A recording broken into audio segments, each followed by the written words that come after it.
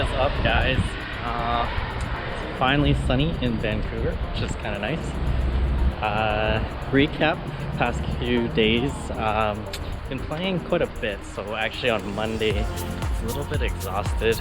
Took yesterday off. It's Wednesday today, so I'm excited to get back into it. I'm all rested up, so hopefully playing a little bit more relaxed. I think that's the main focus of today, is just being a little bit more relaxed and work on the footwork a little bit more.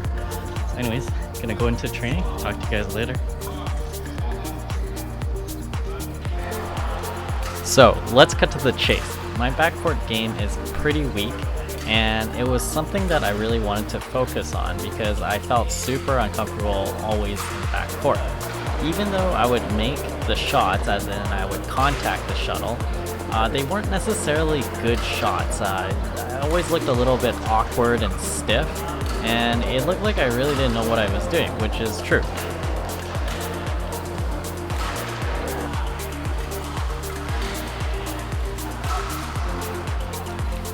I think a big difference between training and playing games is that in training you're able to replicate the same shots over and over again, and that's how you get good at it.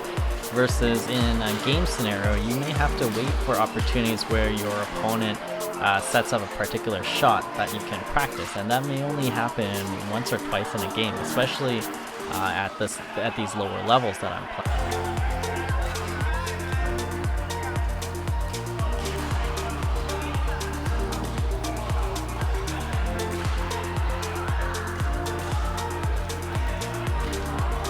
I usually have a lot of questions when we start training, and that's usually because I have a lot of questions that come up when I'm playing or scenarios that I want to ask Adrian, so usually we go over a few things.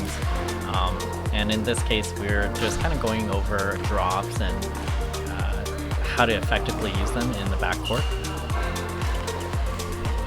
Drop shots were actually one of the first things that I learned with Adrian, but I find that I always want to affirm what I've learned before, and just to make sure that I haven't lost the technique or the detail behind the technique.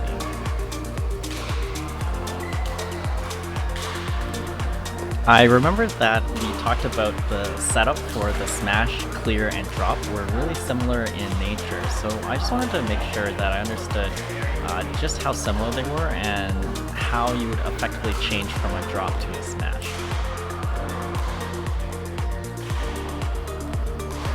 Body rotation is a big part of the smash, and it's definitely one of those aspects that I'm not terribly comfortable with. So that was one of the main focuses of the beginning of the lesson.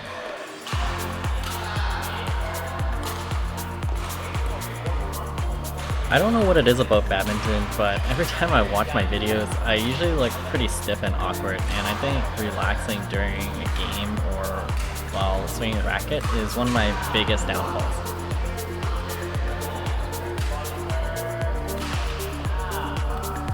There was a huge difference when Adrian swung with momentum versus forcing the swing with his arm strength. Just listen to the difference in sound here.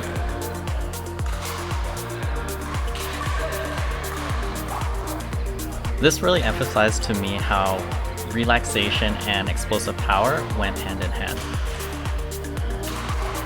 I'm a pretty impatient person, so I find that my swing timing was really off.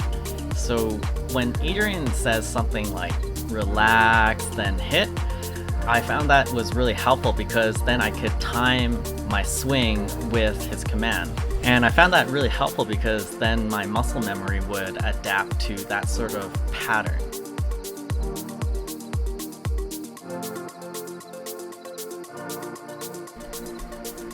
Sorry, Adrian, you're probably sick and tired of saying relax by now. At this point, even though my smash isn't perfect, I felt like I had improved a lot compared to the start of the lesson. I know I have a lot to work on still, and so I'm gonna keep working on this. I'll see you guys in the next one.